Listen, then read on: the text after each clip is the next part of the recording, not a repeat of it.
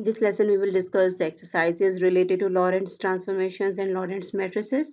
ठीक है, क्वेश्चन है हमारे पास, verify that the following matrix is Lorentz.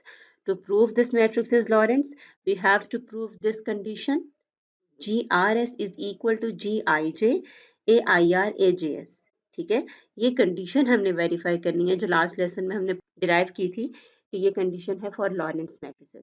ये कंडीशन अगर सेटिस्फाई हो रही है इस मैट्रिक्स के लिए, देन ये मैट्रिक्स हमारे पास लॉरेंस मैट्रिक्स होगा, अदरवाइज नहीं। So let's start. To show that the above matrix is Lorentz, we have to show that this, इस कंडीशन से हमने ये तीन इक्वेशंस बनाई थी।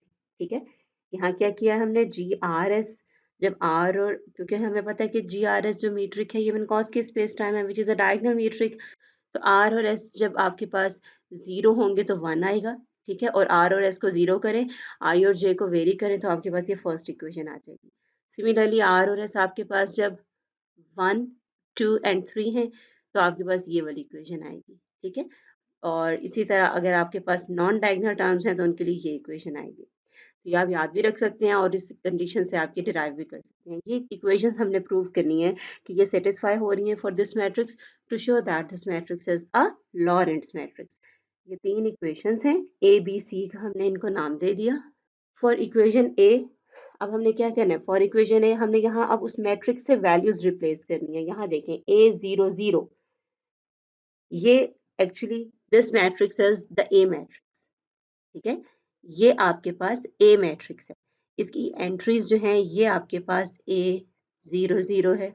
ठीक है, ये आपके पास ए मैट्रिक्स है, इसकी ये एंट्रीज हैं, this entries A00, then A01, A02, A03 and similarly A10, A11, A12, A13 और इसी तरह बाकी रोज की एंट्रीज जो हैं वो आपके पास आ जाएंगी।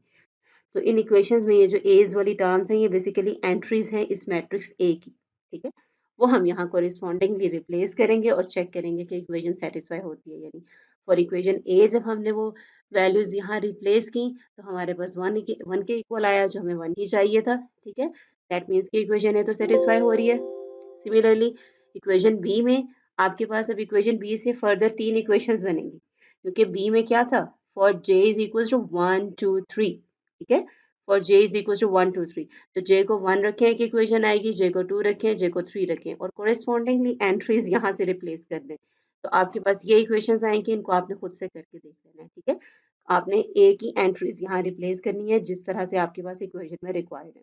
तो आपके पास हर केस में आंसर जो है वो -1 के इक्वल आ रहा है और यही हमें चाहिए था।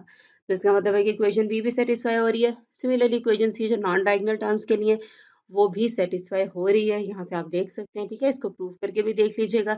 तो आपके पास क्या आ गया कि ये सारी इक्वेशंस सेटिस्फाई हो रही हैं। ठीक है, अब नॉन डायगोनल के लिए जितने पेयर्स बनते हैं वो सारे आपने चेक कर लेने हैं। नॉन डायगोनल के लिए जितने पेयर्स बनते हैं 0 1 0 2 0 3 1 3 2 3।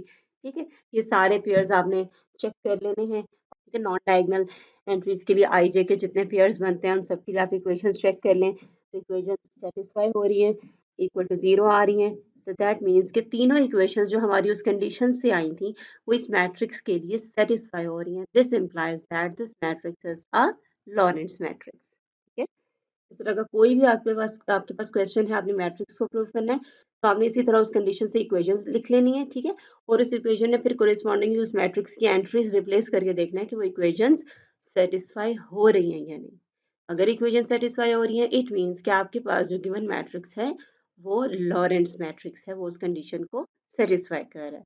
The next question is prove that for simple Lorentz transformations ds square is equal to ds square tilde। ठीक है, ये वो कंडीशन है जो मैंने आपको कहा था कि हम नेक्स्ट लॉरेंट्स ट्रांसफॉर्मेशन जहाँ पढ़ेंगे तो हम पढ़ेंगे कि ये इनवेरिएंट है और इसके लिए हम ये जो सिग्नेचर लेते हैं या माइनस प्लस प्लस प्लस लेते हैं मीट्रिक का सिग्नेचर, या प्लस माइनस माइनस माइनस लेते हैं। ठीक है, टाइम कोऑर्डिनेट और स्पेशल कोऑर्डिनेट्स के साइंस हम डिफरेंट लेते हैं ड्यू टू व्हाट रीजन, ताकि ये लॉरेंट्स इनवेरिएंट रहे। ठीक है, मीट्रिक हमारे जो एक्सप्रेशन है ds स्क्वायर का लाइन एलिमेंट का ये लॉरेंट्स इनवेरिएंट है। तो हम यहाँ देखेंगे कि under Lorentz simple Lorentz transformation जो इक्वेशंस हमने लास्ट लेसन में पढ़ी हैं उन इक्वेशंस के अंडर उस लॉरेंट्स ट्रांसफॉर्मेशन के अंडर ये हमारे पास एक्सप्रेशन जो है ds स्क्वायर का ये इनवेरिएंट है।